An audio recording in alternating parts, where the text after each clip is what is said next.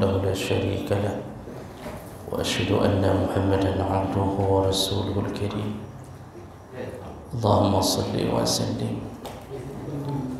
على نبينا المصطفى محمد وعلى آله وأصحابه أجمعين أما بعد رب اشرح لي صدري ويسر لي أمري واحلل عقدة من لساني يفقهوا قولي. Segala puji bagi Allah, kemudian salawat dan salam kepada Rasulullah, pada keluarga dan seluruh sahabat-sahabatnya. Bapak-bapak, ibu-ibu, jemaah salat subuh yang Allah muliakan, kita sambung pembahasan kita itu seputar perkara-perkara yang makruh di dalam salat.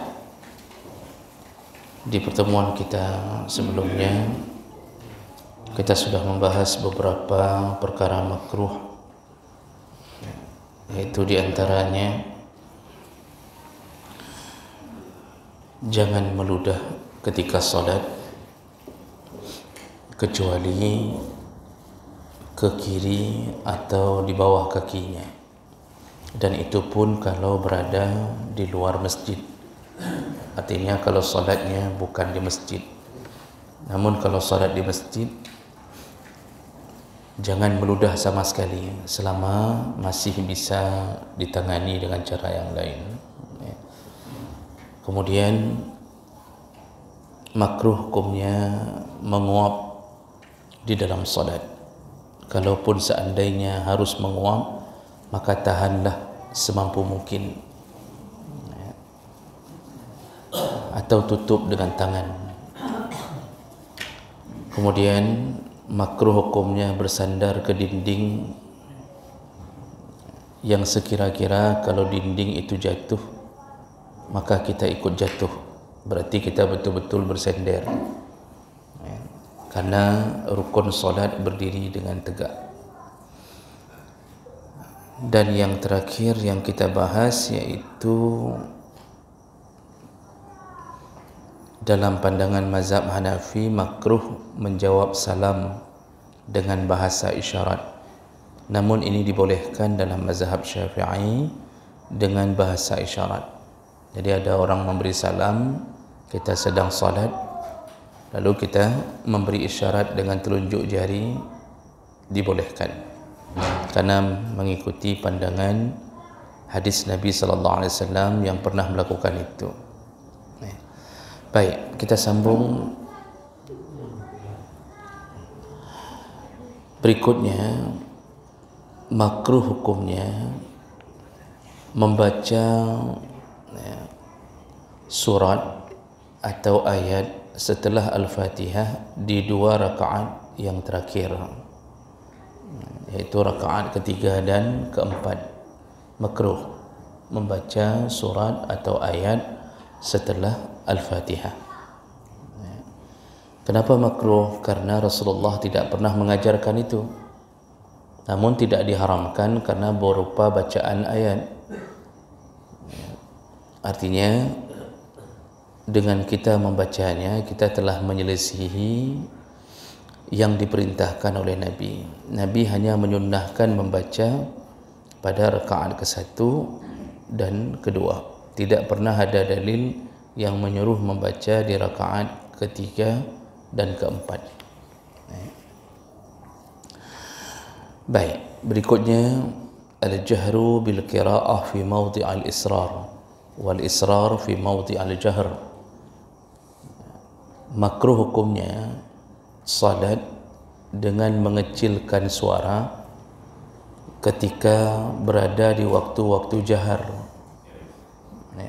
Jadi misalnya waktu salat maghrib, isya, subuh, itu kalau kita berjamaah lalu imam tidak membesarkan suara, makruh, walaupun salatnya tetap sah.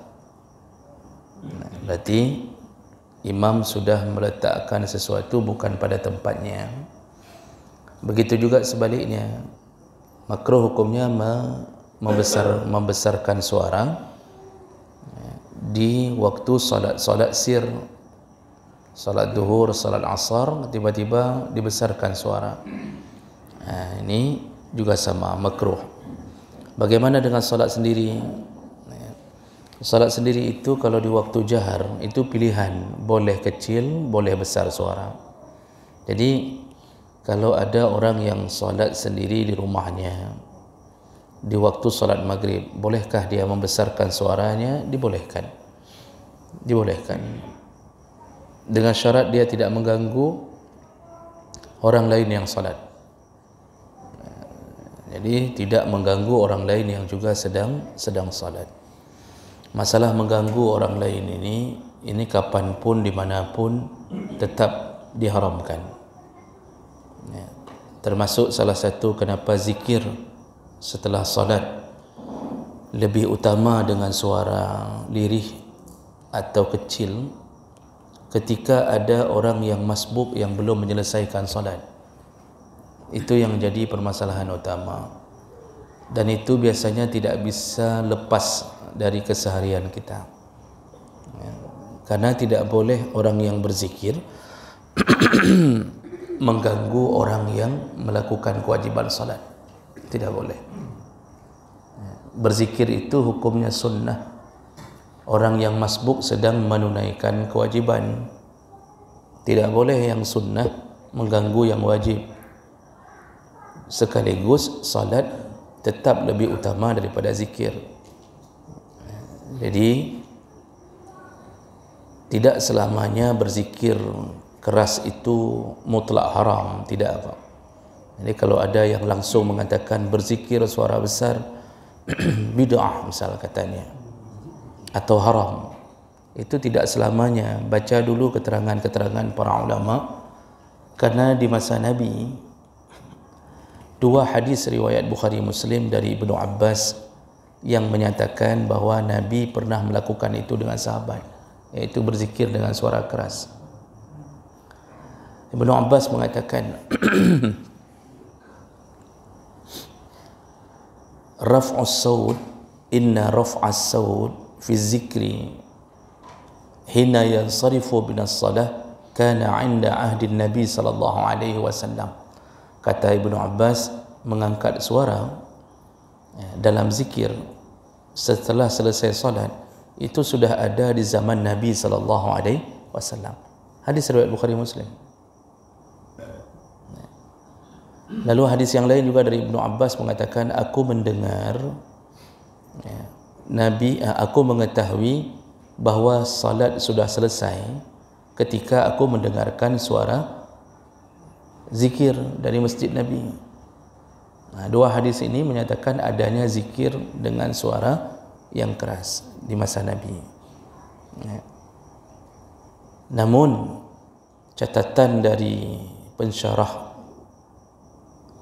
hadis Bukhari, yaitu Ibnu Hajar Al-Asqalani dan Imam Nawawi, mereka menyatakan bahawa Nabi bersuara keras dengan sahabat itu tidak dilakukan selama hidup Nabi. Jadi tidak sepanjang hidup Nabi, tapi dilakukan untuk tarbiyah, mendidik sahabat cara berzikir.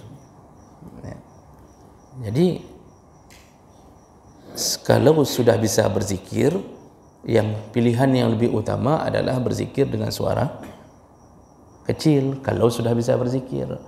Tapi kalau belum bisa, sekali-sekali tidak mengapa untuk mengajarkan anak-anak. Misal kita buat balai pengajian, lalu kita ambil prinsip tak boleh zikir keras sama sekali. Anak-anak dari pertama masuk sampai kelas, sampai 6 tahun di kita, jangan hanya itu berzikir baca. Oh, kita bilang ada poster tu, hafal tu. Susah menghafal kalau zikir. Lebih mudah ditakdih. Kita ini bisa berzikir kerana ditakdih, dituntun. Makanya mulut kita terbiasa berzikir. Itu kerana dari kecil itu ada takdihnya. Dan itu dibolehkan selama masa tarbiyah. Maka saya heran kadang-kadang ada pesantren ini suara tidak berapa pasan ini Pak. Ada pergerakan di luar atau tidak? Tidak ada ya. Jadi Ada model pesantren itu haram zikir suara keras. Anak baru masuk pesantren itu enggak berzikir karena haram suara keras. 6 bulan dia di pesantren tidak bisa zikir. Yang anehnya berzikir suara keras tidak boleh, tapi bicara dengan teman boleh. Jadi begitu suara keras zikir langsung harum aja, tapi begitu dia bicara dengan temannya boleh. Ini bagaimana cara berfikir model begini ya. Nah, jadi jangan terlalu ekstrim dalam mengambil kesimpulan. Ada saatnya dibolehkan berzikir suara keras kalau tujuannya mentarbiyah agar orang bisa berzikir. Tapi kalau sudah bisa, pilihan utama tetap berzikir dengan suara lirih, itu tetap lebih utama. Apalagi kalau berjumpa dengan orang yang sedang salat, itu tidak boleh diganggu memang Pak, tidak boleh diganggu. Sekarang kita sesama orang salat saja disuruh baca Al-Fatihah, Istiftah atau Iftitah itu dengan suara yang cukup didengarkan oleh diri sendiri. Itu bukti apa? Jangan ganggu orang samping. Yang sama-sama orang solat. Seri ini sama-sama orang solat. Sesama orang solat enggak boleh ganggu. Apalagi orang yang sudah selesai solat tiba-tiba mengganggu orang solat. Dan saya yakin banyak orang hari ini yang kadang-kadang waktu ditanya coba berzikir, bagaimana cara berzikir Nabi SAW, banyak yang tidak bisa berzikir. Kenapa? Karena memang tidak terbiasa lagi dengan zikir. Ini harus bijaksana kapan berzikir dengan suara keras dibolehkan, kapan tidak dibolehkan. Baik. Jadi mengangkat suara di waktu jahar itu sunnah, dan makruh mengecilkan suara di waktu jahar, dan sebaliknya. Berikutnya, makruh hukumnya az-ziyadah fi jalsatil istirahah ala qadril julus baina sajadatain wa italatul tasyahud al-awwal inda Syafi'iyah. Ada satu makruh menurut mazhab Syafi'i, yaitu makruh hukumnya duduk terlalu lama di waktu duduk istirahat. Yang namanya duduk istirahat itu kapan Bapak Ibu? Yaitu ketika sujud yang kedua, mau naik untuk bangkit ke rakaat berikutnya. Dalam mazhab Syafi'i itu sunnah untuk duduk sebentar sebelum bangkit. Jadi dari sujud bukan langsung naik, tapi duduk sebentar kemudian naik.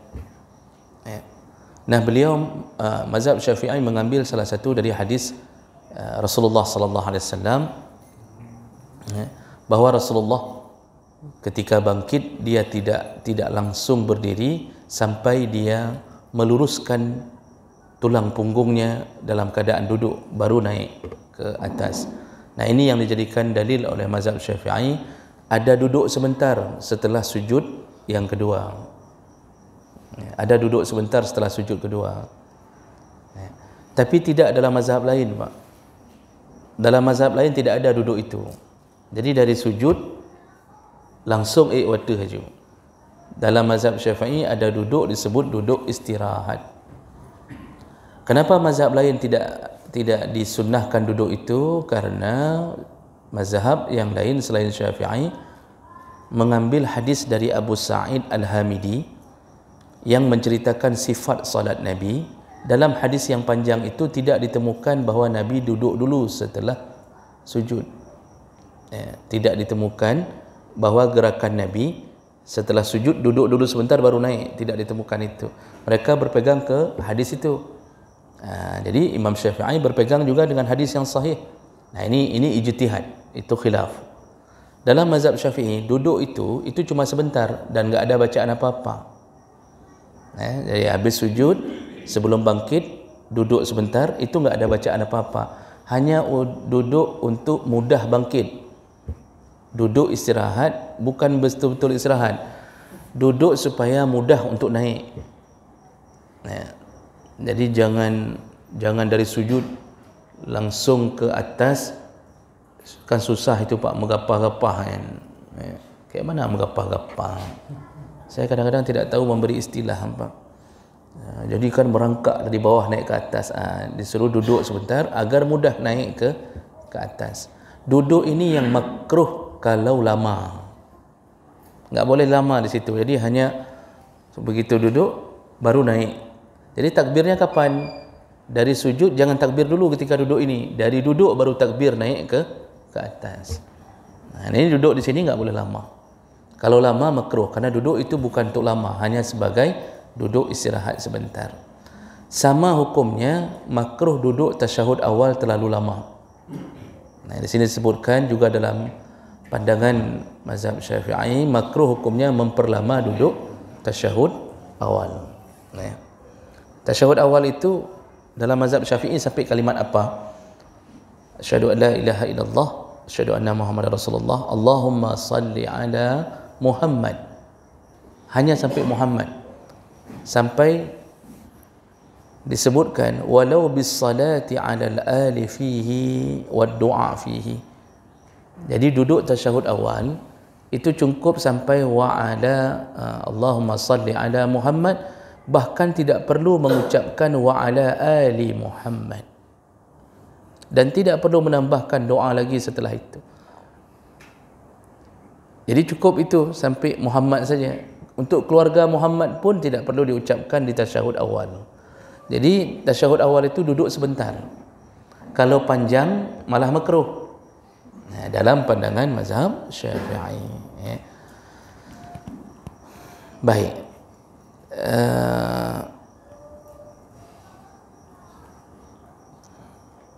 Berikutnya, makruh hukumnya aqsu asy-sya'r wa tashmir al-kum. Makruh hukumnya mengikat atau menggulung rambut bagi laki-laki yang berambut panjang ketika salat. Makruh. Dan sekaligus makruh tashmir al-kum, iaitu melipat lengan baju ketika solat. Jadi yang pertama dulu aqsu asy-sya'r. Ini berdasarkan hadis Nabi sallallahu alaihi wasallam dari Abi Rafi' qala nahan Nabi sallallahu alaihi wasallam ay yusalli ar-rajul wa ra'sahu ma'qus. Rasulullah melarang seseorang salat sedangkan rambutnya terikat. Ini maksud yang dilarang ni siapa? Laki-laki. Kalau ibu-ibu tidak mengapa, karena memang rambutnya harus ditutup. Laki-laki yang berambut panjang. Kenapa ada pembicaraan laki-laki berambut panjang? Karena Nabi pernah masa rambutnya panjang. Ada masa-masa Nabi rambutnya panjang.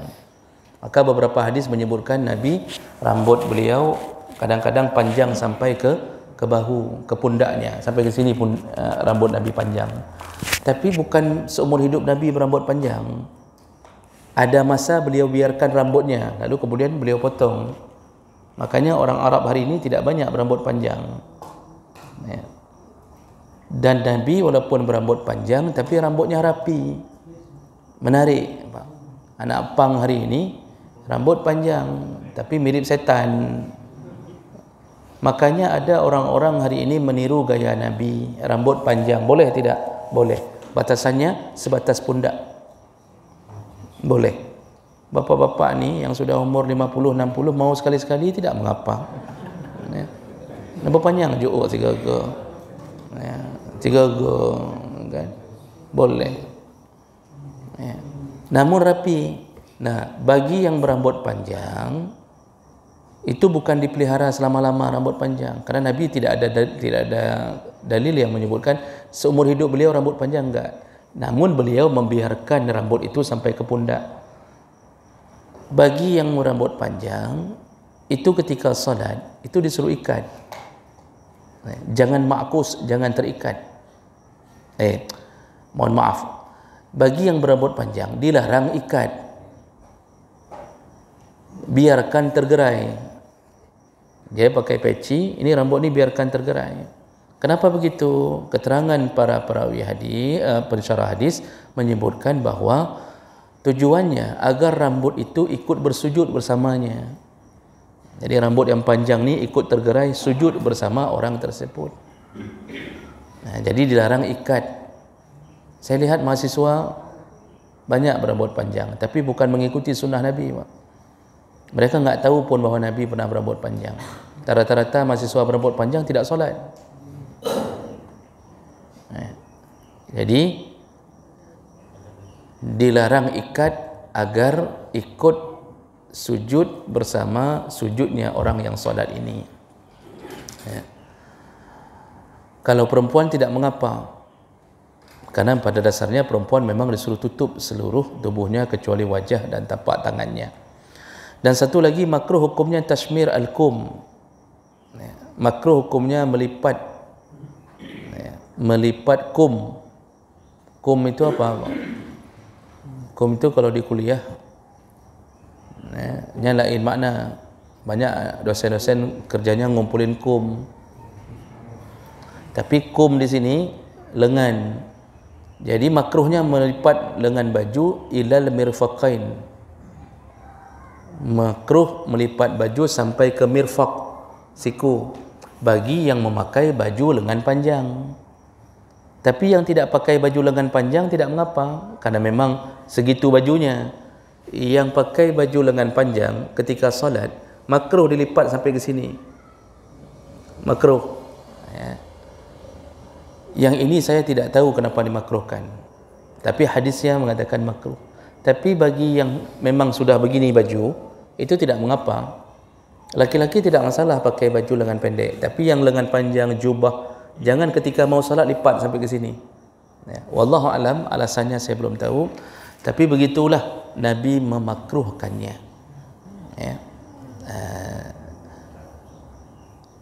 Jadi kalau mau lipat, bagusnya pakai aja lengan pendek daripada dilipat-lipat ketika solat. Tapi ini berlaku di dalam solat. Kalau di luar solat tidak mengapa. Misal kita mau berantam, terlipat ilai wajud-wajud, itu tidak mengapa. Hambu wajud Pak Nama Ta'ala. Oh, laki-laki jangankan lipat itu kalau di luar solat. Enggak pakai baju pun tidak mengapa.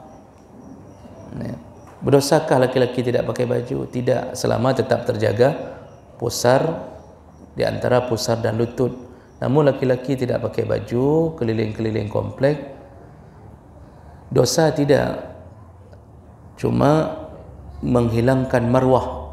Orang agam kai mahana pakai baju itu menghilangkan kehormatan, tidak ada muruah.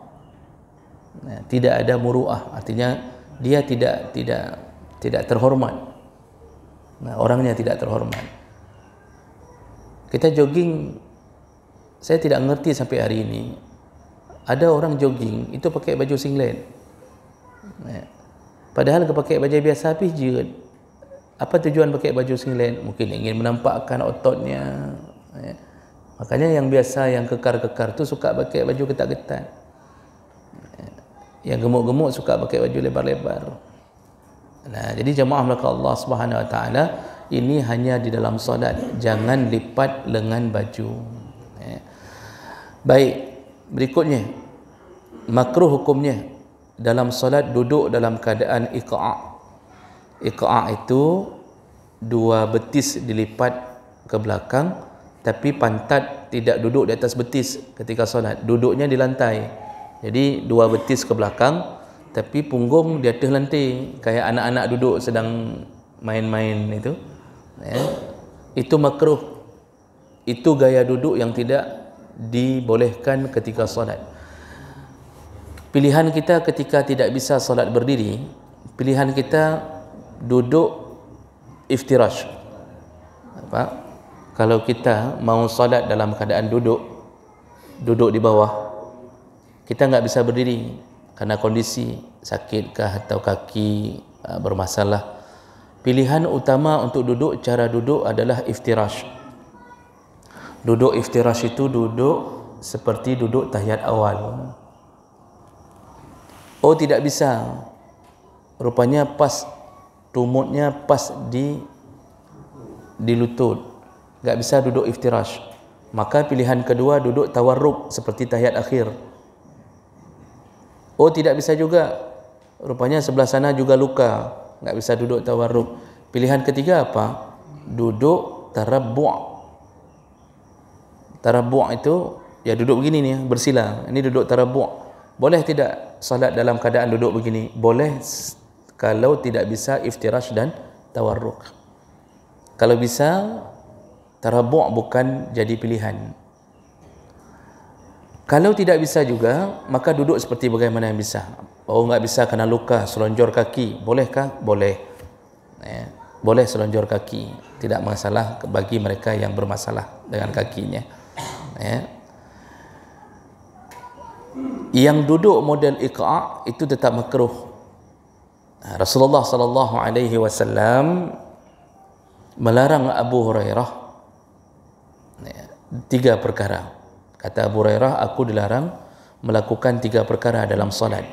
Yang pertama, an-nukrah kanukriddik. Aku dilarang oleh Nabi untuk salat seperti ayam mematuk makanan. Jarang ayam mematuk makanan, Pak, ya tahu kayak mana ayam batuk makanan. Jadi betul-betul Allahu Akbar, Allahu Akbar, Allahu Akbar, Allahu Akbar. Begitu-begitu ayam batuk makanan. Itu salatnya tidak ada tuma'ninah dan batal. Yang kedua, aku dilarang iqa' ka iqa'il kalb. Aku dilarang untuk duduk seperti duduknya anjing. Duduk iqa' seperti duduknya anjing. Anjing itu kan duduknya apa? Itu di belakang. Dia akan lipat kaki belakangnya dan pantatnya enggak ke atas kaki tapi ke atas lantai. Nah, kemudian waltifat ka iltifati sa'lam. Aku dilarang menoleh-noleh dalam salat seperti musang yang menoleh.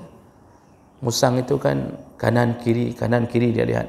Ini orang salat yang begitu, itu musang, dilarang oleh Nabi sallallahu alaihi wasallam. Dan ini ada beberapa hadis yang menyebutkan perkara yang sama. Berikutnya, makruh hukumnya iftirash zira'aihi. Tadi duduk makruh dengan gaya begitu. Kemudian makruh hukumnya duduk dengan cara melantaikan bandar pegah. Jadi dua ini, Pak, zira' ni. Ini zira' ni ketika sujud dimaksudnya. Waktu sujud ditempelkan ke lantai. Siku dan ini lengan ini seluruhnya ke lantai ketika sujud. Ini makruh. Rasulullah sallallahu alaihi wasallam disebutkan oleh Aisyah radhiyallahu anha, kana yanha. Rasulullah itu melarang ayyaftarisyar rajul zira'aihi iftirashus siba'. Rasulullah melarang seseorang salat dengan gaya duduknya binatang buas. Binatang buas itu gimana duduk, Pak? Coba lihat harimau. Apa lihat harimau? Pak, saya suruh lihat harimau, bukan suruh lihat saya. Kan ada. Jadi begitu lihat, coba lihat monyet, lihat mana tu tanya. Berarti kan ini berbahaya nih kalau sudah begini. Bapak kalau lihat harimau atau singa, itu duduknya ketika mereka istirahat, itu duduknya, Pak, ini seluruh sikunya, ini semua ke lantai. Binatang buas begitu. Jadi duduk melantai begitu. Kita tidak boleh melakukan itu, kata Rasulullah. Makanya ketika salat, ketika sujud, itu zira', lengan, itu diangkat dari tempat sujud. Kalau laki-laki setelah diangkat disuruh buka begini, Pak. Jangan terlalu lebar begini. Ya, kena tampau di urut samping. Jangan begini, tapi dibuka begini. Dijauhkan dari lambung, dari rusuk. Kalau laki-laki, kalau perempuan diangkat sedikit tapi jangan jauhkan dari rusuk, tetap dekatkan dengan rusuk. Tetap tidak boleh model begini. Ini banyak ni yang sujud letakkan semuanya ke tempat sujud. Itu makruh. Kalau dibilang makruh, enggak batal solat, tetapi bisa mengurangi pahala solat. Berarti solat kita cacat. Makanya kita diajarkan dari kecil ketika sujud angkat lengan tangan. Baik, sedikit lagi satu atau 2 lagi, kemudian kita bertanya jawab. Berikutnya, ya, makruh hukumnya as-salatu fi siyabil bidlah. Makruh hukumnya salat dengan baju yang dia gunakan untuk rumahan. Ya. Jadi baju yang dia gunakan di rumah, duduk-duduk di rumah. Arti duduk-duduk rumah begini. Kita ada baju kaos. Biasa kalau sudah sampai di rumah kita ganti baju solat dengan baju kaos itu. Itu untuk duduk-duduk di rumah, kerja di rumah, keliling-keliling sambil sambil istirahat di atas lantai rumah. Itu kita pakai baju itu. Pokoknya baju rumahan lah, baju untuk bersihin paret, baju untuk buat pipa yang bocor, bajunya anda pakai. Begitu azan, kita pakai baju itu untuk solat, makruh. Jadi bagaimana juga ganti baju, harus ada baju khusus untuk solat. Jadi jangan pakai baju yang kita pakai hari-hari di rumah, kita jadikan baju untuk solat. Biasanya perempuan juga begitu, ada baju duster yang biasa nampak ketiak tu, yang dipakai di rumah, masak, mencuci, ya. Itu dengan baju duster itu. Pokoknya satu baju duster selesai semua urusan rumah. Dumpu je kepegat dengan baju dusternya. Itu begitu masak, kadang-kadang melabur sedikit lado, itu lapnya ke sini, lapnya ke sini. Nanti cuci piring, tangan basah, lapnya juga ke sini. Lapnya ke sini. Lalu baju ini yang dibawa untuk solat. Walaupun pakai mukena di atasnya, makruh, tidak beradab di hadapan Allah. Kita dengan orang saja enggak berani kayak gitu. Ini kita sedang pakai baju kaos di rumah, Pak. Tiba-tiba ada orang ketuk pintu. Kita bilang sama anak-anak, coba buka pintu, coba lihat siapa. Lalu anak itu bilang, "Nyan, Ustaz tu." Datang Ustaz ke rumah. Langsung kita mengatakan, "Oh ya, tunggu. Suruh tunggu sebentar." Langsung kita ganti baju. Nyan dengan Ustaz saya ganti baju. Padahal tidak ada jaminan apa-apa. Surga bukan di tangan Ustaz, neraka bukan di tangan Ustaz. Kita mempersolek diri untuk pakai baju. Tapi dengan Allah suka-suka kita. Padahal di tangan Allah surga dan neraka. Maka tidak baik orang yang salat dengan baju rumah. Sekaligus ini terakhir, wal mihnah, juga sama hukumnya makruh salat dengan baju mihnah. Mihnah itu baju kerja kantor. Kita pergi kantor atau kantor apa sajalah, pergi pakai baju kerja khusus, apakah baju batik, baju putih khusus, baju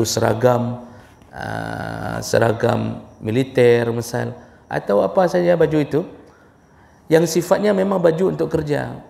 Lalu ketika datang waktu salat, baju itu tidak kita ganti, padahal sudah 3 hari kita pakai. Karena ada kantor-kantor itu membuat peraturan 3 hari baju ini, 3 hari lagi baju ini. Itu bisa begitu. Sudah 3 hari kita pakai, baju itu kita gunakan untuk salat. Makruh, bukan tidak sah. Baru tidak sah kalau bercampur dengan najis. Selama tidak bernajis sah. Cuma makruh, tidak baik. Kecuali darurat. Darurat. Maksud darurat apa? Terjadi perang. Otomatis kita baju kerja itulah. Yang paling bagus apa? Bawa baju ke kantor. Makanya coba lihat, Pak, hari Jumaat itu orang kantor rata-rata tidak ganti baju. Padahal baju bukan baju khusus hari Jumaat. Baju dari kemarin-kemarin sudah dipakai. Begitu salat Jumaat, turun semua ke masjid pakai baju kantor. Padahal baju itu bukan baju yang dikhususkan hari Jumaat. Seharusnya dia bawa baju khusus untuk salat Jumaat. Makruh. Allah tidak suka dengan orang-orang yang begitu. Mana dalilnya? Surat Al-A'raf ayat 31, Allah mengatakan, "Khuzu zinatakum 'inda kulli masjid." Pakailah pakaianmu yang terbaik ketika engkau mengunjungi tempat salatmu atau mengunjungi masjid. Ini menjadi dalil bahawa disuruh pakai baju terbaik, terindah. Makanya pilih baju yang bagus. Kadang-kadang orang begini juga, dia cari baju terindah, tapi baju solat itu sudah sebulan dia pakai, enggak ganti-ganti. Memang untuk sembahyang betul, memang pulang solat dia gantung lagi, besok dia pakai lagi. Ada yang sudah sebulan baju itu enggak diganti-ganti. Katanya kepada istrinya sudah suruh ganti berkali-kali. Katanya kepada isteri, siap tak aku pakai waktu sembahyang. Ini akan aku gantung. Nanti zuhur itu lagi, asar itu lagi, itu sama saja. Yang intinya apa? Muliakan solat dengan baju yang baik, baju yang wangi, karena berhubungan pertama dengan Allah, yang kedua berhubungan dengan sesama orang jamaah solat. Ya, baik. Saya berhenti di sini, masih ada sekali lagi untuk menghabiskan perkara yang makruh di dalam solat. Ada waktu Pak, 7 menit. Silahkan kalau ada hal yang ingin tanyakan. Silahkan. Assalamualaikum warahmatullahi wabarakatuh. Waalaikumsalam. Dua pertanyaan. Pertama dari pengalaman dan kejadian. Ketika saya pernah salat zuhur, salat asar di kos, lalu datang teman memanggil nama saya. Pada saat itu saya sedang salat. Lalu untuk memberitahukan bahwa saya sedang salat, saya keraskan suaranya. Pertama saya keraskan di Al-Fatihah, karena memang pada saat itu sedang baca Al-Fatihah. Lalu saya takbir. Setelah itu tidak saya keraskan lagi. Itu yang pertama. Yang kedua berkaitan dengan rambut. Almarhum Zainuddin Ember itu rambutnya panjang, lalu nikah di kuil tidak orang pihak. Nah itu satu. Yang kedua, ada orang yang rambut panjang ketika sujud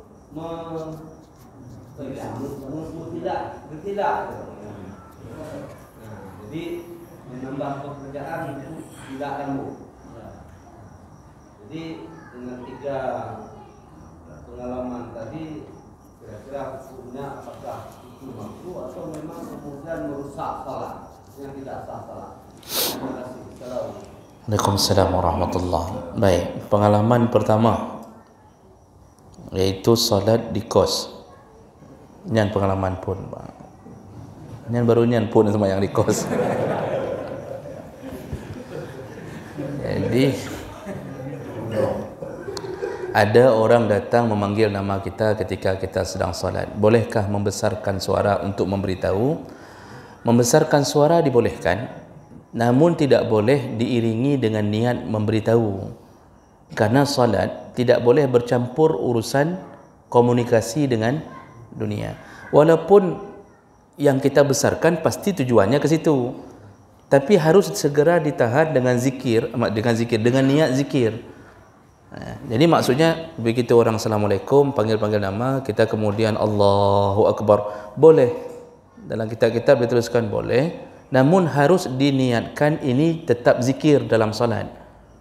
Jadi agak bercampur memang. Jadi maksudnya yang enggak boleh khusus kita besarkan suara hanya untuk memberitahu.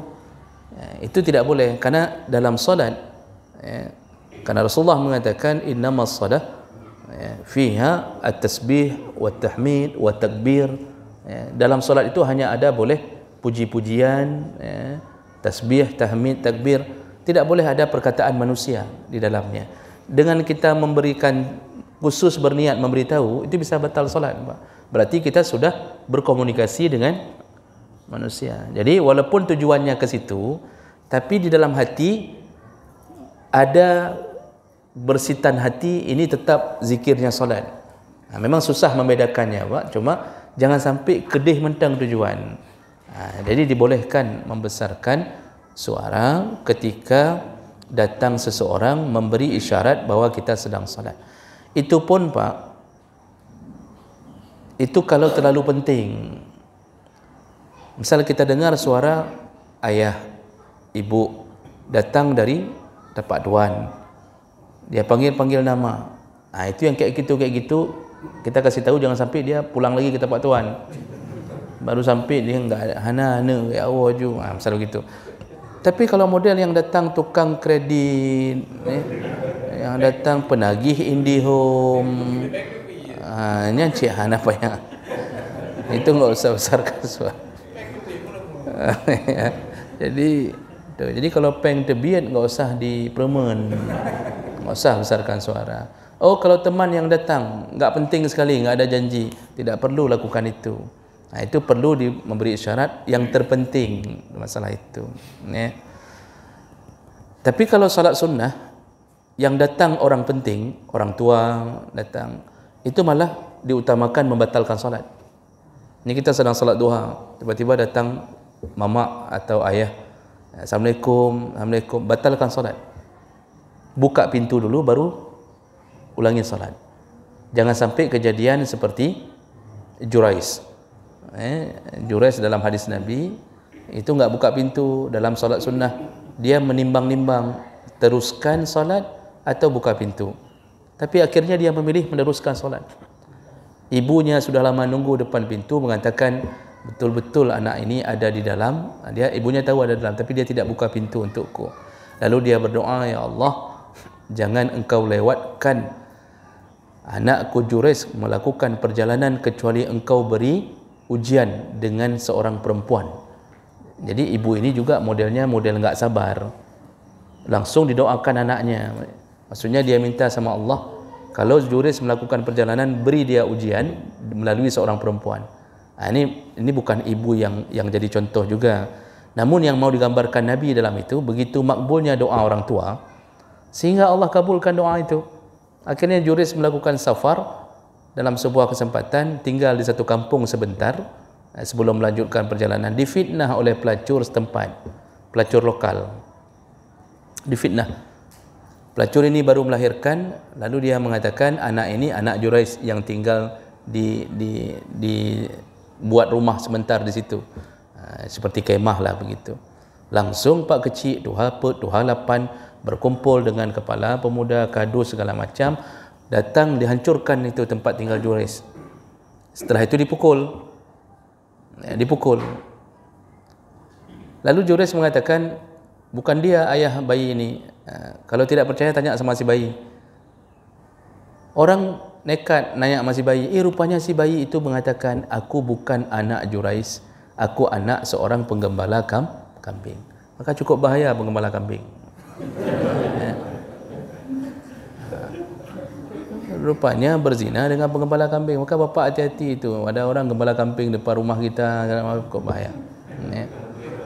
Maghrib mana temayang. Sudah, di situ baru orang terkejut, ternyata mereka sedang berhadapan dengan wali Allah. Di situ orang terkejut, orang kampung terkejut, ternyata mereka berhadapan dengan wali Allah. Bayi bisa bicara, itu menunjukkan dia wali Allah. Baru Pak Kecil minta maaf. Lalu setelah minta maaf, Pak Kecil mengatakan, aku bangun kembali rumah engkau yang lebih baik. Kata Jurais, jangan, cukup seperti tadi saja. Lalu Pak Kecil mengatakan, kenapa engkau tersenyum waktu kami pukul, kami tangkap? Kata Jurais, aku tersenyum karena aku teringat ternyata Allah hari ini memakbulkan doa ibuku. Maka hati-hati Bapak, Ibu mendoakan anak yang tidak baik, hati-hati. Hati-hati. Kalau silap doa, Bapak Ibu panggil anak macam-macam, itu jadi dia seperti itu. Bapak sering panggil anak asai, dia betul-betul nanti jadi anak asai. Siapa bapak asainya? Ya bapak lah. Jadi jangan sering doakan anak yang aneh-aneh. Walaupun batat sekali, tetap doa yang terbaik. Walaupun kita pukul, mulut kita tetap anak mertua. Hamba-hamba je, tapi tetap anak mertua. Gerubum, anak mertua. Gerubum itu tidak masalah. Jadi begitu. Boleh membesarkan suara. Namun jangan diniatkan berkomunikasi dengan orang itu. Tetap zikir dalam hati. Kemudian pertanyaan kedua, pengalaman kedua iaitu dengan Zainuddin MZ. Jauh tak pengalaman ya Pak. Zainuddin MZ itu panjang rambut. Benar, ada kesempatan juga saya tahu ada keterangan Zainuddin MZ panjang rambut. Tapi tidak begitu juga, tidak selamanya beliau panjang rambut, tidak sepanjang hidup. Apa hukumnya? Ya tidak masalah, dibolehkan. Berdasarkan hadis-hadis Nabi dibolehkan. Nah, kemudian yang ketiga, Ketika orang yang panjang rambut setiap kali mau salat dia silap rambutnya. Ini kesalahan. Peci tetap disuruh pakai bagi yang panjang rambut. Namun jangan diikat ke belakang rambut ini. Ini yang tergerai. Ikut sujud itu maksudnya rambut ini yang ikut sujud. Rambut yang jatuh di leher, bukan di sini. Yang di sini Pak, kita tetap disuruh pakai peci. Sunnah pakai peci karena Rasulullah selalu pakai imamah. Beliau selalu pakai surban. Ya, sunnah pakai peci ketika solat. Nah, baik. Jadi begitu, ya, bukan menyilak ini. Bahaya kalau ini enggak pakai, rambut ini jatuh ke sini, itu sepakat batal solat. Sepakat batal solat ketika rambut menghalangi jidat. Ada orang menghalangi rambut pakai peci, peci menghalangi jidat. Yang model pakai peci begini, model pakai peci sampai jatuh ke sini, Pak. Ini enggak boleh juga. Ini peci sudah menghalangi jidat. Jadi peci itu ketika mau salat diangkat. Ini harus kena jidat ini tempat sujud. Ya. Baik. Ada lain sedikit lagi? Silakan. Terima kasih. Assalamualaikum warahmatullahi wabarakatuh. Waalaikumsalam. Adanya salat sir dan jahar waktu berjamaah, pembahasan terdahulu itu karena situasi dan kehidupan manusia. Waktu salat sir berjamaah hari Jumat kenapa bisa jahar, Ustaz? Sedangkan dulu asar berjamaah di sir. Bagaimana hukumnya Pak Makruh? Terima kasih. Baik. Assalamualaikum warahmatullahi wabarakatuh. Assalamualaikum warahmatullahi wabarakatuh. Pak Nasir sekaligus. Waalaikumsalam warahmatullahi wabarakatuh. Saya pernah salat berjamaah, setelah selesai kebetulan kami ini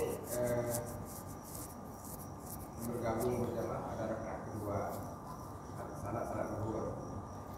Kemudian orang di sampingnya menjadikan saya imam. Saya bingung gimana pun apakah itu boleh? Jadi sesama makmum yang terlambat itu pada satunya di imam. Kemudian yang kedua, Ustaz, coba diulang sekali lagi masalah niat ya. Ketika saya mengikuti mazhab Syafi'i ini katanya imam niatnya ketika Allah Akbar. Tapi niat nggak masuk itu gimana, Ustaz? Maksudnya gimana niat yang diterima? Baik. Baik, saya jawab ini dulu. Waktu tinggal 5 menit lagi. Ya. Dan tidak ada gerakan apapun di luar, jadi kita percepat. Ya. Pertama, kenapa salat ada yang disuruh besarkan suara? Maghrib, Isya, subuh. Lalu ada yang disuruh kecilkan suara, zuhur, asar.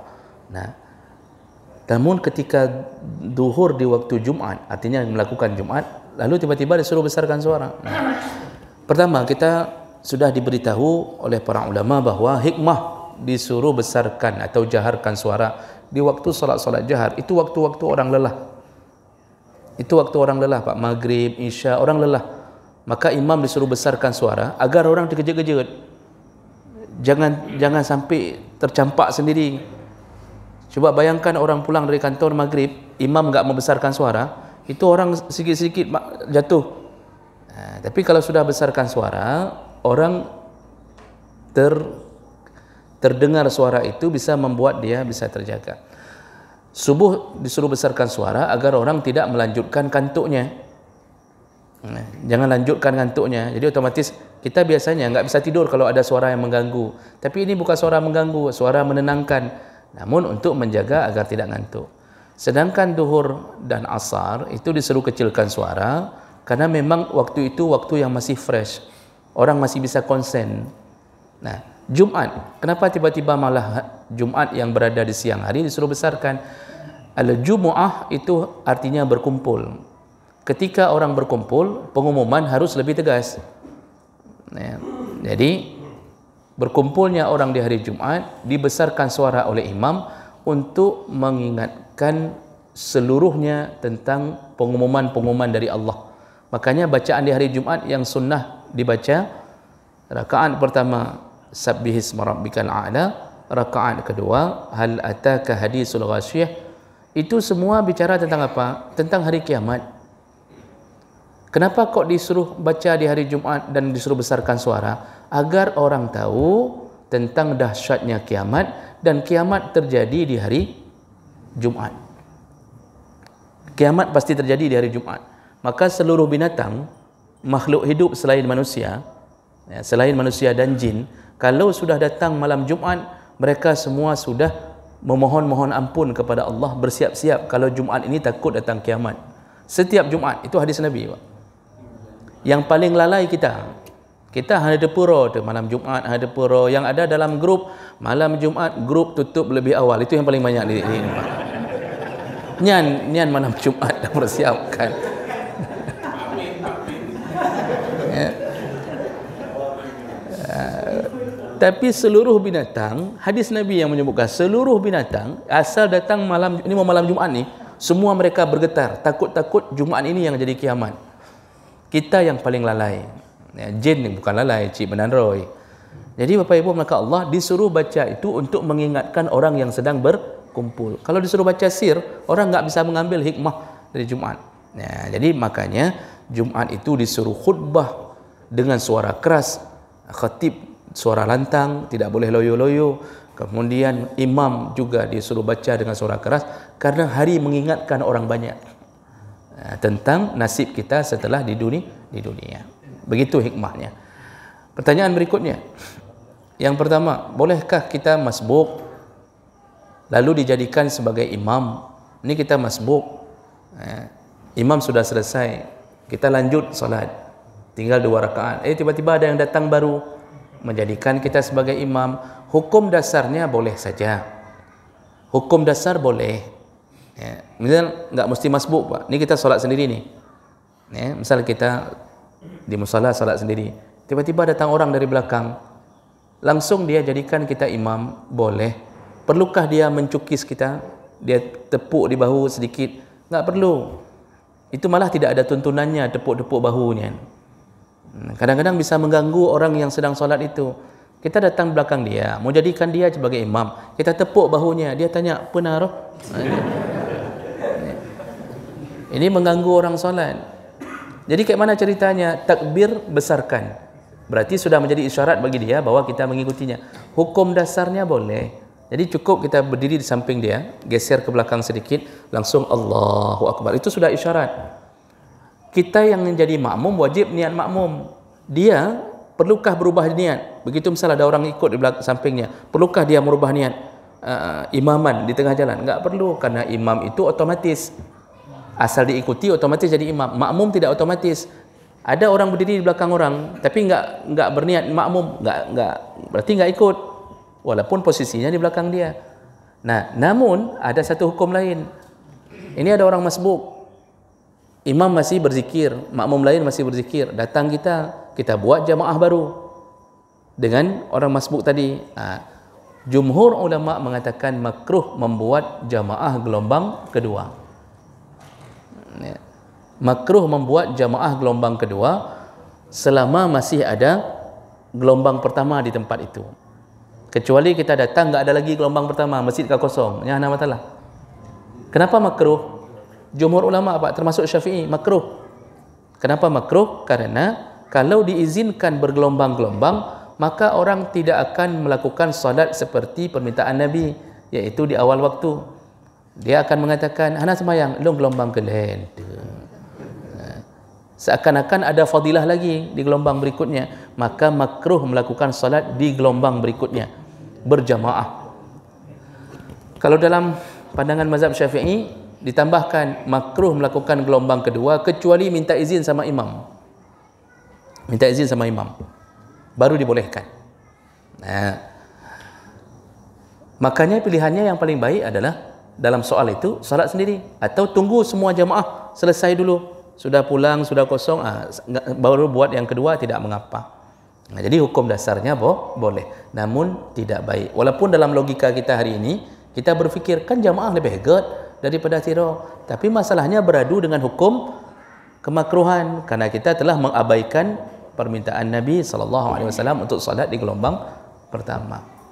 Kalau Jumat gelombang kedua itu bukan makruh, memang tidak sah. Kalau yang hari ini dicanangkan oleh para munafik, Jumaat gelombang kedua, itu bukan makruh Pak. Yang memang hanasah. Berbeda dengan solat hari-harian kita. Nah, pertanyaan berikutnya, niat.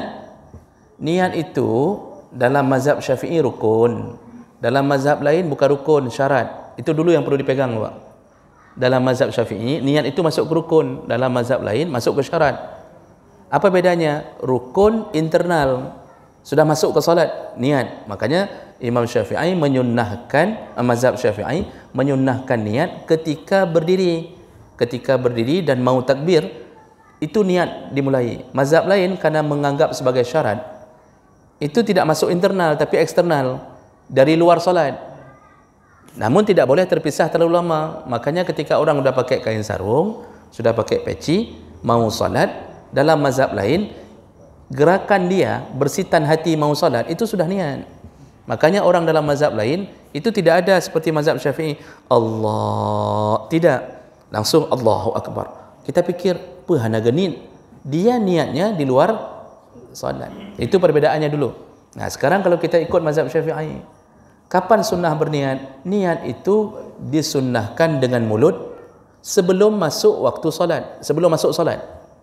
Bukan masuk waktu solat, sebelum solat disunnahkan dulu dengan mulut. Dalam kitab Majmu' Imam Nawawi mengatakan disunnahkan berniat dengan lisan sebelum takbir, liyusa'idal lisan al-qalba, agar mulut bisa membantu hati. Jadi gladi resik dulu Pak, gladi resik.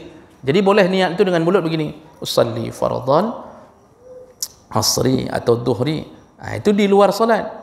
Begitu takbir, tidak boleh lagi mulut yang bergerak, tapi hati yang dibarengkan dengan gerakan. Bagaimana niatnya? Yang selama ini kita lakukan sudah benar, namun banyak orang yang tidak tahu niat itu rukunnya cuma 3, qasad, ta'rid, ta'yin. Jadi yang wajib berniat itu apa? Cuma 3, yaitu berniat qasad, sengaja, usalli. Lalu ta'rid, salat apa?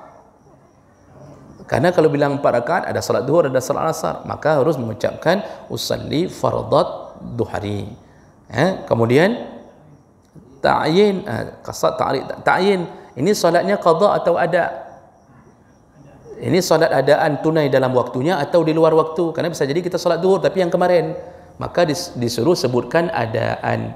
Sedangkan arba'a rakaat itu bukan rukun niat. Karena dengan mengucapkan duhur itu otomatis sudah 4. Lalu mustaqbilal qiblah itu bukan rukun niat, karena itu syarat. Enggak bilang pun harus menghadap kiblat. Lillahi ta'ala juga bukan rukun niat, enggak ucapkan pun memang untuk Allah. Enggak mungkin untuk Yesus kita solat. Makanya niat itu sebenarnya simple. Usalli fardat duhri, adaan, selesai. Selesai di situ Pak. Pakan urang oronyo trip tat ke niat, ke habis mandum. Jadi kadang-kadang Allah sampai panjang kali Pak, begitu mau sampai ke sini kau ulang dong. Ini yang membuat orang hari ini tidak bisa melakukan dengan baik. Jadi kalau ditanya orang, bolehkah berniat dengan lisan? Boleh, tapi sebelum takbir. Begitu takbir, Allah main di mulut nih, Allah akbarnya enggak terdengar lagi, mulut yang main, Allah usalli fardhu, itu langsung batal. Langsung batal kalau dilakukan dengan mulut ketika takbir. Baik, kira-kira begitu Nasir. Kayaknya kita cukupkan Pak. Masih ada lain? Kasih Pak Murah apa ya harusnya? Pak Murah minggu. Sayang kawan-kawan, ada sebahagian yang PNS masuk di hari Sabtu. Jadi karena selama ini enggak jelas Mak. Selama pemerintahan ini Sabtu-Sabtu masuk kantor. Baik, demikian kita cukupkan. InsyaAllah kita bertemu di minggu yang akan datang. Semoga yang hadir Allah telah catatkan pahala, dan semoga Allah mengumpulkan kita kembali di dalam surganya. Amin ya rabbal alamin. Subhanakallahumma bihamdik, asyhadu an la ilaha illa anta, astaghfiruka wa atubu ilaik. Wassalamu alaikum warahmatullahi wabarakatuh.